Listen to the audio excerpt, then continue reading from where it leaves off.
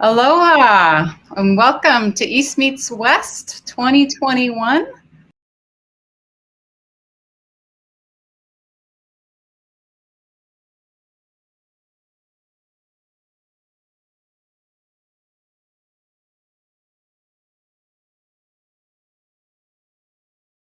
Meets West event. You can see Casey Lau there giving us the Shakas. And we're really thrilled to see everybody back here. I'm Shauna Farnsworth. I'm the managing partner at Blue Startups. Blue Startups is a venture accelerator here in Honolulu, Hawaii. We focus on scalable technology companies, and we have now invested in 90 companies over the last 8 years here in Hawaii. Hawaii is this great place where East meets West, and we love to host this conference here to highlight Hawaii's role in the region as a place where entrepreneurs and investors from both sides of the Pacific can meet and mingle here in paradise. Unfortunately, this year we have to do it virtually, but I hope you can get a little piece of paradise behind me in the windows. I'm trying to give you a little taste of that if you're not here in Hawaii with us. And next year we'll be all together again, I hope. I wanted to also bring Casey up to give you a little aloha hello. Casey Lau is the co-host of the RISE conference that was in Hong Kong, is now moving to Malaysia. But many of us have gone to that conference year after year. So he's a conference guru and has helped me put this conference on every year for the last 7 years. So thank you, Casey. Welcome, Casey. Hey, thanks, Siana. How's everybody doing? Aloha. Aloha. Okay, I'm guessing you guys are all saying that toward your screen, so that's awesome. So, as Shanoa said, I know it looks a bit weird. We're online. We're not in Hawaii. And to be honest, the last time I saw Shanoa, I was in Hawaii, and then I went to Vancouver, and I've been here ever since. So I probably shouldn't have left Hawaii after East Meets West last year. Just stayed there. I was trying to good. What I see, because it looks like it's doing, everyone's doing okay, and it's of course to be in Hawaii. So this year we decided, we were like, should we do the conference or not? I'm like, yes, we should at least do it online and do it short, sweet, and more networking than talks. And so everybody from Hawaii can meet each other again, new people. We invited back all the speakers from the past 5-6 years now to come back and kind of update. And I was just already talking to a bunch of people, and they're like, oh, I haven't seen you since 2018 Hawaii. So I'm like, great. This is exactly what we want to do, bring this kind of feel together online. So we're happy to have everybody here to do it. So it's very global. As you know, it's East meets West. So basically a lot of people from Hong Kong, Australia, South Korea, Taiwan, Singapore, Japan, and more all here to give their expertise and their perspectives on what's happening. So the roundtable section that will happen after the initial talks is where you'll be able to talk one-on-one with people and get some exciting stuff going on. So we hope the most important thing is you get to meet some new people, say hello to old friends over the next 3 days. Awesome. Thank you, Casey. So now I'd like to take this opportunity to introduce our first panel discussion of the day. So this is the panel around remote work and its impact on society and on our economy. A very, very hot topic. We've already gotten a lot of conversations going online about this topic. So I want to invite up first Liza Rodewald. She is the CEO and co-founder of Instant Teams. Welcome to the stage, Liza. And she just won the HVCA Technology Entrepreneur of the Year Award here in Hawaii. So very, very big news. And of course, she's a Blue Startups alumni, so proud alum. Next is Nicole Lim. She's the director of Movers and Shakas, and a recently returning Kama'aina who's putting her good skills to work here with the Movers and Shakas program, and we'll get into more about that. And last is Siana Hunt. She's the director of corporate philanthropy at ALTRES Staffing. Welcome, Siana. Welcome, everybody. I love it. Our first panel is all female. Feels good. All right, so we're going to get right into some of these questions around remote work. There are many aspects of remote work, and we've kind of talked a little bit about that. But Siana, I wanted to start with you. you at ALTRES have been really, really engaged in getting Hawaii back to work during this pandemic. And you had 2 different programs that were working on getting internships for people that were out of work. You had to get them up really quickly because that was CARES Act money. All these people had to be primarily working remotely, doing digital kind of work to engage in this program. Tell us more about the program and how much work it was. I'm sure it was a lot of work, and how successful it was. Yeah, well, thanks for having us, and it's exciting to be able to talk about some of the things that we did specifically in the fourth quarter as we were trying to step back into reopening in our economy, getting people back to work. We did have a lot of our unemployed people, both from the hospitality industry and pretty much all of our industries, that had been placed in the backseat waiting to see what recovery might look like. And this idea of innovation came to Kupu and Ida, and also with our partners on Maui with Maui Nui. And the quick turnaround that was needed to be able to take a workforce that was displaced, then give them an opportunity to upscale into something totally different, really revolving around innovation. But for our team, it was something that we were poised and able to do primarily because of the technology that was built into our company. I think a lot of people think of us as an HR and staffing company, but almost half of our company are developers and software engineers. We've developed our own HRIS platform. So being able to utilize that and have an in-house team that was here on the ground, and we said, okay, this is the challenge. Can we get this workforce up and out and get them the tools that they need, not only to be quick hire, but also onboarded and out immediately, resourcing the areas that Kupu was putting out with their Kupu Aina Core, but also Ida with a lot of the different ventures that were looking for support and innovative workforce. So it was a lot of work, and yet it was very exciting work because we were really passionate about getting us back up and moving and putting people that were eager to get back to work into something different and exciting. Yeah, well, I know the people that took advantage of that program were thrilled. I unfortunately didn't get my shit together to do it. I really wanted to do it, and I didn't do it. So I was bummed because I had a lot of our companies in our portfolio took advantage of it. I had one company that had, I think, 6 interns working for them, and they were like, this is amazing. It's awesome. So that was a really, really great program. Is there any thought about continuing that in the future? I know it was federal money. Maybe there'll be more federal money, or are you guys talking to local businesses about doing something similar? What's the future for this program?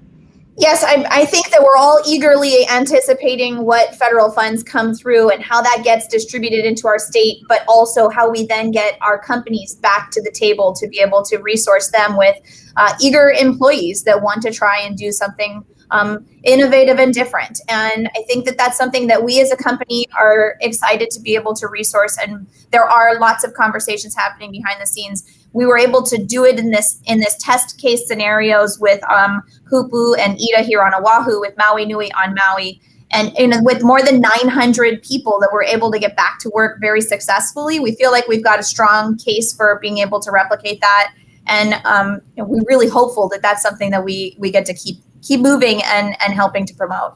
Yeah, well, I certainly hope so. And next time I'm definitely going to be more on it. Yeah, call me up. Yeah. So I want to bring Liza into the conversation because Liza's also working on getting Hawaii back to work. And she's got a new program with the state of Hawaii. So Liza's company traditionally has been working with military spouses, another amazing population that has had a hard time with consistent work around the world. But getting Hawaii back to work is your new project. So Liza, tell us a little bit more about that and how it's going to work. Sure. Yeah, really excited to bring kind of the same concept that we did for the military spouse community here locally. I, being here myself, have definitely seen like firsthand impacts of unemployment and COVID just on people here in Hawaii. But even before, on bringing like those remote work type initiatives here to the state at just a bigger level.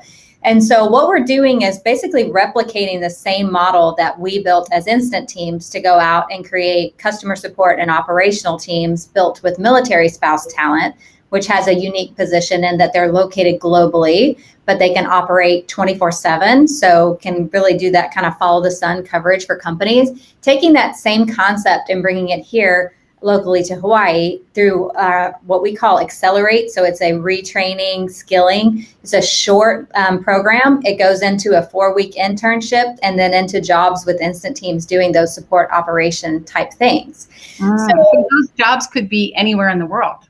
Yeah, so they're going to be working for mainland companies. We're going to focus some sales efforts now in some Asia-specific companies, which I'm really excited to start kind of going internationally there with some of our customers, because I think Hawaii has a unique value proposition, just like the military spouse, and that we have some really great high-quality people that are located in a really good time zone here that can really offer those same type of coverage. So that same type of story that can be successful, that we've proven works in the military spouse community here in Hawaii as well. So we're at the pilot stage, just now launching it. So, you know, beginning to work through that with DBET. They were amazing, coming in and kind of iterating with us and coming through with that idea and kicking off the pilot. We started working on it this month. So really excited to see that kind of scale and bring some more opportunities here locally. I think it'd be really great if our Hawaii folks could get paid mainland wages. that would be ideal, since it's so expensive to live here and we actually get paid less to work here, which makes no sense. But what makes a lot of sense is for us to get skilled and get connected to this global economy and the global workforce and be able to work remotely anywhere from here.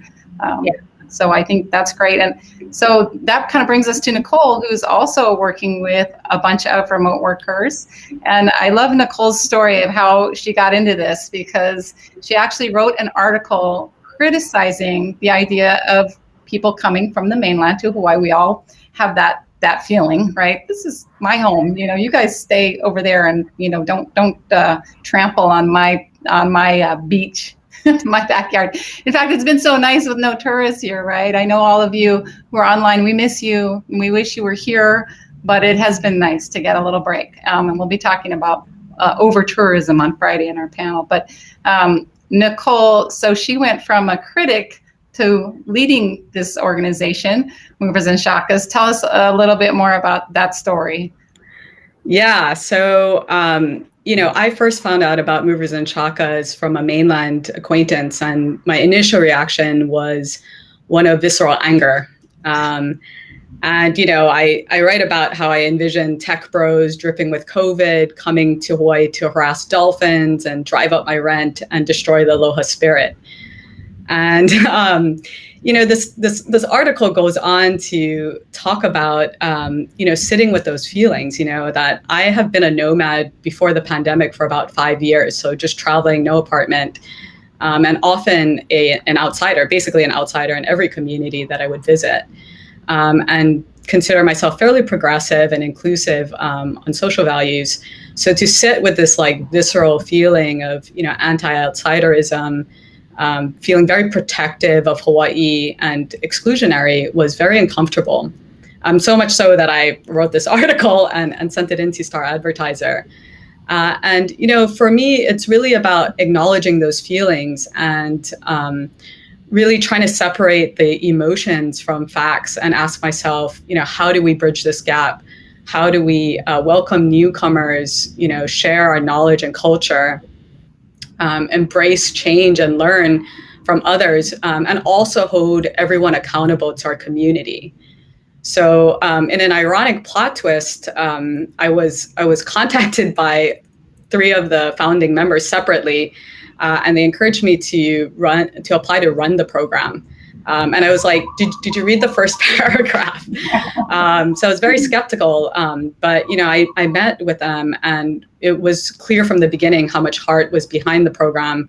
Now they're on the board, and I call them, you know, the volunteer CEOs who came together during the pandemic, actually during lockdown, and really wanted to come up with, you know, ways to build more resilience in the economy, since tourism had effectively shut down and our economy and people were really hurting. So, you know, I think that having those local concerns makes me a better leader for this program, because I really see this first cohort as a way to test and learn. It's a pilot, and really explore how do we, attract a more socially responsible visitor who shares and respects Hawaii's values, and, explore how we best support a positive experience and impact for both non-residents and the community.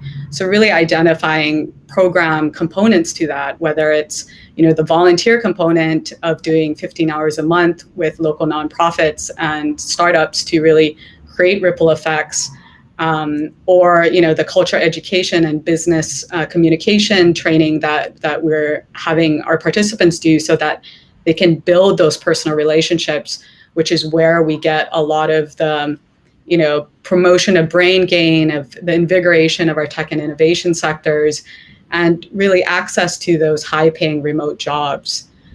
So I think there were nearly 90,000 applications for 50 spots, which is crazy. It's mind-blowing. It's mind-blowing. It's mind-blowing. And to me, that's a testament to the fact that there are so many people who want to come to Hawaii, not as just tourists, but want to be contributing members to our community, and want to be a part of a program that does that. So I frequently, when I feel these like very visceral feelings, which I still feel, I ask myself or remind myself that, this isn't a zero-sum game, that we need to explore different ways that can be beneficial for residents, for our economy, for our environment, and for non-residents as well. Yeah.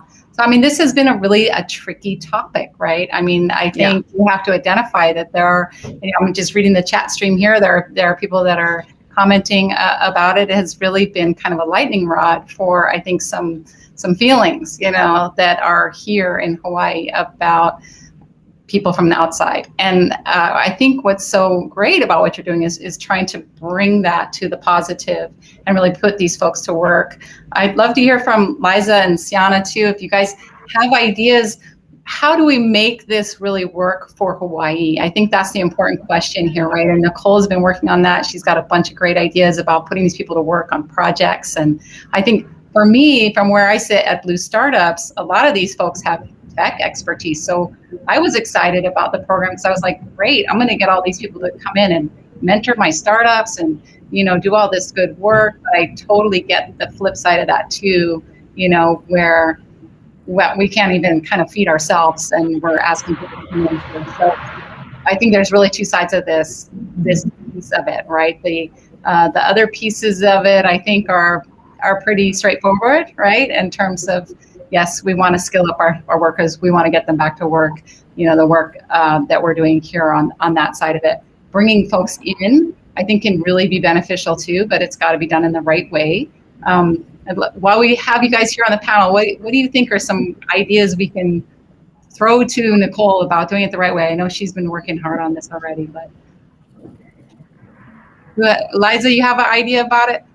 Well, I was just going to say, I think one of the benefits that maybe people don't look at or maybe even think about with these people coming in is that we're really creating champions to go out into these companies that they work for, and they've fallen in love with Hawaii, the community, the people, the culture, and bringing that back to their companies. They're all coming from pretty large mainland type companies. They can go back and really become those champions in those organizations, which just leads for more opportunities for them to consider, okay, maybe hiring remote workers in Hawaii and doing even some of the social impact things that we'd like to see here. So using it as kind of a bridge instead of a divider, I think is a good way to kind of look at it and talk about it when we're talking about those kinds of sensitive type subjects. And even my team coming in to do this project with Hawaii, they're asking, okay, can we have some cultural training? We want to make sure that we're, approaching this in the right way. And I'm like, that is a great idea because we have people globally distributed. So focusing more on that, I think, is really important. Yeah, we actually, the last call, we asked ALTRES, do you have cultural training? While we're here, can you help us out with that? That would be a good service, and we're going to need more of that if we're going to do this right. I definitely understand the sentiment of kind of the fly-by-night, person that comes and goes. And we've experienced that a lot at Blue Startups. And, as I was telling Nicole, really the way to have them rooted is to get them engaged in these projects, to get them engaged in the community, to get them networked with people outside of their little bubble, because, you know, oftentimes they might arrive and then they're just going to talk to other people like them, you know, and we all have a tendency to do that. But I think, you know, that's another thing, you know, that can really benefit everybody, right? The people that are participating and the people that are, you know, working with these folks. Before I move back to Nicole, Siana, do you have any other thoughts about how we can do this right? Yeah, I think having just kind of run through a short-term program with our partners that we've experienced. I mean, obviously the roadmap to make these longer relationships so that we get to develop the relationship that has impact here is definitely part of that conversation. And I think one of the things we've been talking about is impossible. This is a roadmap to repatriate some of our Hawaii employees that have gone off to the mainland, gone to college, and have these great skills that are looking for that roadmap back. And it's exciting to see how Nicole is able to engage people who already have a lot of the sentiment and grew up here like we did and feel that desire to come home, but are looking for the roadmap how. Yeah, Nicole, how much of the, you know, you had 90,000 applicants, you have 50 participants in this first cohort. How many of them are Kama'aina come home? I know a fair number of, you know, the applicants were, I don't know, I haven't looked at the cohort yet, but I know you're a Kama'aina come home. And I'm a Kama'aina come home. Yeah, I actually kind of mirror the path of a lot of returning Kama'aina. Yeah. About 65% of the cohort are returning Kama'aina. And if you look at people with family ties here, it's 75%. So there's a big portion that are Kama'aina. And, you know, sometimes we get the question, why not 100% Kama'aina? And I think what's really important about this program is, and a lot of the other programs, ALTRES and Instant Teams, is really, I think, about cross-pollination as well, right? And a lot of the tech and innovation sectors are about cross-pollination. So we do want to bring in other perspectives as well. And one thing we really emphasize, especially for the non-Kama'aina, is to come to Hawaii looking to learn as well, right? People come and they're like excited to contribute their expertise. But Hawaii has a lot to offer as well, like not just our beauty and our environment and our land, but, you know, we have a lot of professional knowledge. We have a lot of expertise as well. Yeah, absolutely. We actually, that came up in our panel prep for Friday about bringing tourists back responsibly, and just how much we have to offer and teach the world as, you know, as a culture and society here in Hawaii. I want to get to some of the questions that were posted by our audience before we run out of time. So I'm going to read the first one, which is from John Sakoop. Sorry, John, I don't know how to say your last name. I know he is on the Big Island and has moved here from the mainland. And if I hopefully have the right person in mind, that he is an expert in AI, artificial intelligence. His question: what is the long-term solution to attracting businesses to headquarter here in Hawaii and improve the wages to mainland standards? Oh boy, that's a big question. There's more to it, but I'll leave it at that. That's enough for us to tackle. What do you guys? Anyone jump in? Go ahead, Siana. Let's just reopen so we can get people here. We need to get our economy restarted.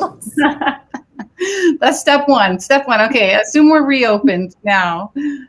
This idea of, you know, businesses headquartering here has been, you know, jumping around a long time, and we yet haven't convinced anyone to do it. Now, Liza had the idea of, okay, we're getting remote workers here first. They can be the kind of tentacles back to headquarters to think about locating here. And I think that's a great thought. Nicole, do you have other thoughts about that?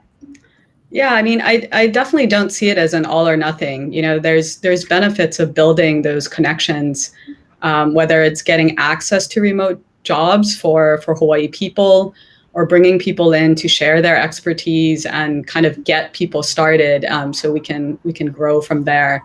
And I think, what we'll see with remote work, probably here to stay in some way, particularly I think in the tech industry, we might see different experiments of what that might look like. So, maybe not headquarters, but maybe a dev center, or maybe, one of the teams will come out and try it out. And I think, we need to be open and in exploring different models, because I think to really diversify the economy is not going to happen overnight. There's no silver bullet.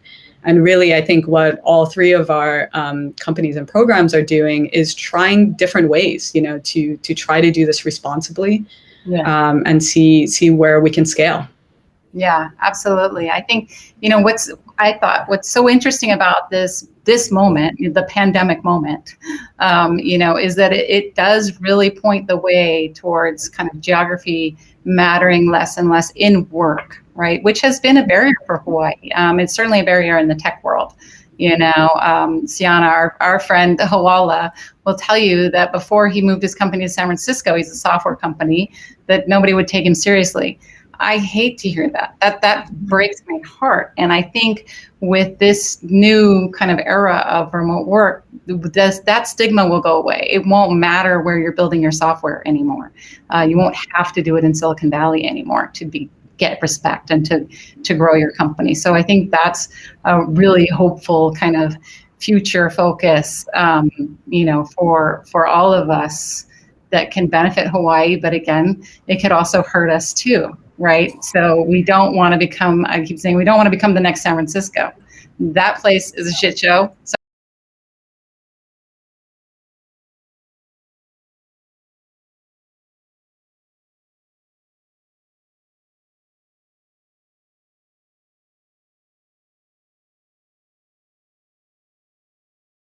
while also being able to employ people at a livable wage here. This is the conundrum, right? So I want to give everybody a moment to give us a parting thought.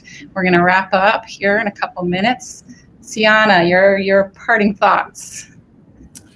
My parting thoughts are really that we are all actively trying to start the economy impact conversation through this trying something new. And we went out on a limb and tried something new, and our technology allowed us to get to being able to say yes to upscaling a workforce, trying something new that Nicole's doing and thinking outside of the box.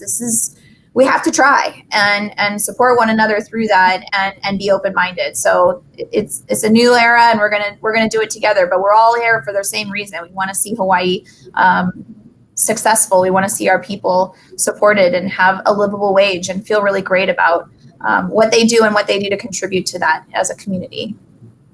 Yeah, that's great. Liza, your thoughts. Well, first of all, I'm just so honored to be here. Thank you so much, Shanoa, for inviting me to the panel. And I think with work moving in such a distributed way, it's opening up opportunities for Hawaii and for people here to get jobs and to do things that maybe it would have been a little bit harder before. One of our number one objections prior to COVID was, we're not sure if we want people distributed. And now I talk to people all the time. They're like, hey, I'm working from Kauai today, and I'm actually on Oahu too with you. That barrier is kind of gone. I think that's really open up some opportunities.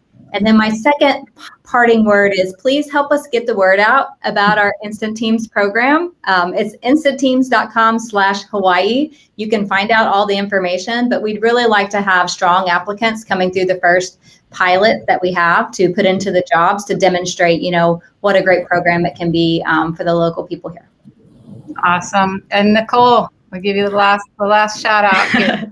I'm going to echo a lot of what people have said, but, just to remind ourselves that this isn't a zero-sum game, that we're all working together to create a more innovative, resilient, and sustainable Hawaii.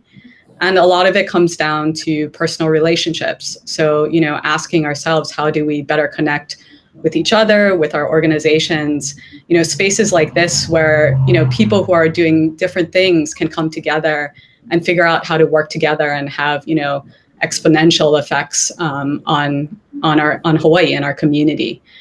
So yeah, excited to continue, and just that that kind of entrepreneurial spirit of, we're not going to get everything right. As Siana was saying, like, we have to try, and, let's lift each other up in those attempts, and let's support each other and provide feedback so that we can all grow and work towards that more resilient Hawaii. Awesome. Yeah, I love that thought. We need to be more of an abundance mindset and less of a crabs in the bucket mindset, as I always call it. So thank you, wonderful women of my panel, Liza, Siana, and Nicole. I will see you guys. You guys can go off camera. I'm going to invite Casey Lau back up on stage with me as we're going to transition to our next portion of the event, which I know you guys are all eagerly awaiting, which is the networking. Casey, tell us what to expect here. Okay, everybody's excited about this. All right, I'm going to put this into the chat again. So this is Airtable will show you all the different speakers at the different round tables and the numbers that are associated with it. So once we end this main session, you will be in the lounge, and then you can choose from, 40 different round tables, which is amazing. So you can join anyone. Each one can only accommodate 8 people. So if the one you really want to go to is full, then you're going to have to take your second pick. Okay, so just remember that. Should be pretty straightforward once you see the numbers, and you'll see the title of the talk at the top, and you'll see a little thumbnail of the speaker. So that should be able to get you connected. If you meet people in these roundtables and you want to talk to them more after these roundtables, we're going to do one more quick session, and then we're going to have an open table, so you can go there and talk to more people, and we'll leave that open for another hour or two after the conference closes. We want to make this fast, quick. Get people talking together, and then go back on about your day. And we have 2 more days planned of the same kind of sessions mixed with roundtables. So that'll be all cool. So make sure your cameras are on. This ain't no clubhouse. This is this is East meets West. We want you to see everybody's smiling faces. Shaka it up. But you make sure your mic is on mute though. So just in case there's some children yelling in the background that we don't hear them until it's your turn to talk. Again, check it out. I think that's about it, right? So hope it's great. Meet some new people and see some old friends that you have met in Hawaii at previous East meets West. Yep, great. Thanks, Casey. And we'll also, if you're here to pitch a VC, go to the pitch a VC tables. They're at the end of the line there for the round tables. You'll see the VC logos on those tables. So you will have 3 minutes to pitch. So much to do. So much to do. Yes, you have to decide what to do. If the table doesn't have anything on it, it's an open networking table, so you can sit there and chat with your friends, but then you might miss a really cool discussion at a round table. So I don't know. All right. We'll see you in the lab. Hold on. Any last questions? Type them in the live chat right now, or we're going to go and we're going to break. 5, 4, 3, 2. Thank you. 1. Okay. We'll see you at the round tables.